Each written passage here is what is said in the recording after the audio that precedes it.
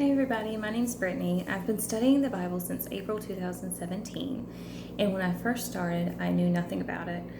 It was a lot of information, it was overwhelming, sometimes stressful, so I want to start a Bible for Beginners Bible study. This week we're going to talk about Job, and Job is a book I studied for many weeks, watched many sermons about it, did research from multiple pages about it.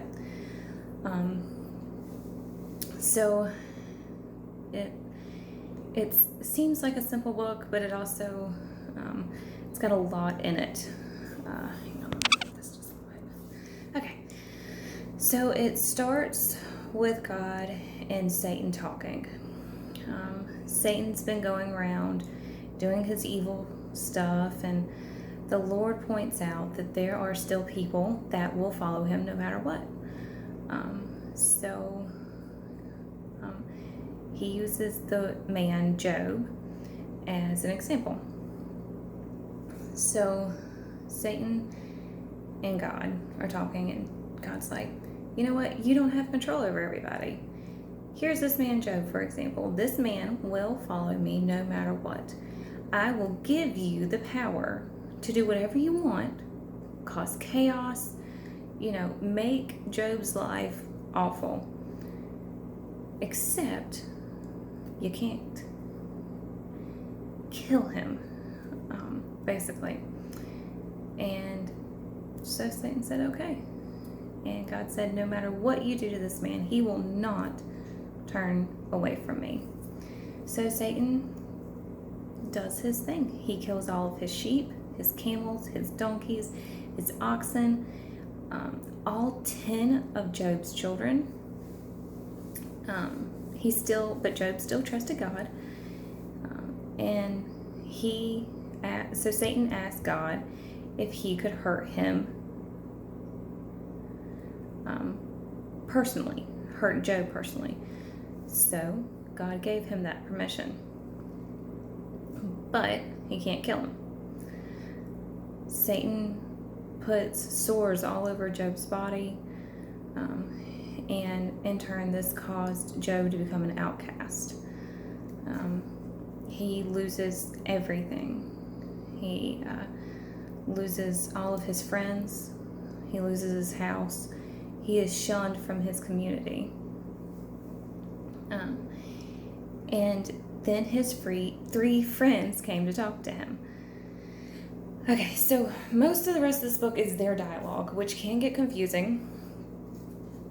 You have to take it a little slower through here. So they talk about why a just and fair God would do all of this to such a righteous man such as Job. And his friends Bildad, Eliphaz, and Zophar blame Job, claiming that there must be something that Job did. They think that Job is hiding something that he did wicked to deserve all of this from God. And but Job insists that he did nothing wrong, that he doesn't understand why all this is happening, that he has lived a completely righteous life. Job goes through his life and all that he has thanked God for and all that he has done right in God's eyes, and basically wins the argument between him and his friends. Then another friend joins in, Elihu. I can't pronounce those names. And he again accuses Job of sinning and not trusting God's almighty justice. And Elihu is kind of portrayed as this like young buck coming into all these older men. And back then it was the elders had a lot more respect than they do now. So he comes in and it's kind of like this young buck kind of bowing his chest up to these older men, right?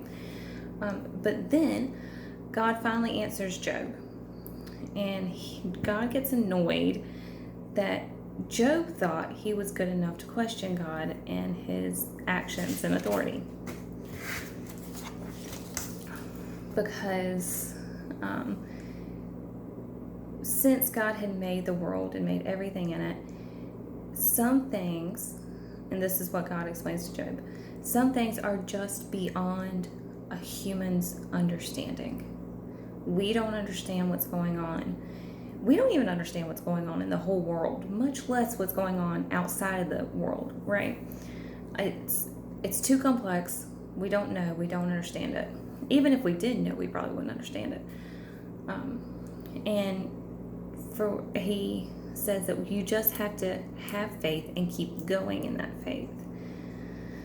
So he does.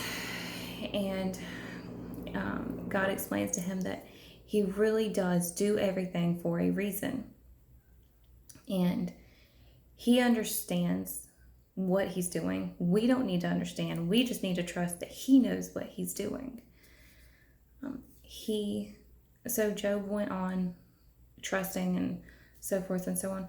And God did restore Job and gave him twice as much as he had before. But the meaning of this book goes a lot further than just the words that are written. Everyone can relate to the book of Job because at some point in your life, you have been down and out about everything. You've lost a kid, you've lost a parent, you've lost your house, your job, even multiple things at once, possibly. When I was little, I went through a time of losing a lot of family members, a lot of close family members. And when you're in those situations, you just have to trust that God knows what he's doing. He's not doing it to be mean and hurt you and all of this stuff. He knows what he is doing. We lost my mother-in-law not too long ago to brain cancer, and it was very difficult to tell our small children why God took her away. She was very young. She was 50. She had just had her 50th birthday before she passed. And you can't explain it. Sometimes you can't explain why, especially good God-fearing people like she was, why they die when they do, especially when they're young. And it's just, you have to trust that it was the right time for that. And this book really helps you understand that no matter how bad it is, God knows what he is doing. It doesn't mean you're a bad person. You can search through your whole life and see all you did wrong, ask forgiveness for all your sins, and you get it. But bad things can still happen to good people, and they do, and we don't understand why. But we trust that God knows what he's doing. So this is, and it's not that long of a book. It's really, really good. And also the conversations with his friends would be conversations that we'd have now, in different words, obviously, but it would be, but I didn't do anything wrong. And your friends might not even come out and tell you, but they're going to think that, well, you did something wrong to deserve all this. So it's really a book that you can relate to even now, over 2,000 years later. It's kind of an endless book that just about everybody can relate to and needs at some point in their life. I think it's a great book to really dive into. Next week we'll start Psalms. We'll do books 1, 2, and 3. They're very, very long. Psalms is one book, but it's divided into 5 different books inside of it. So next week we'll do the first 3, because it's a lot of ground to cover. But it'll be great. And I hope y'all have a great week. God bless.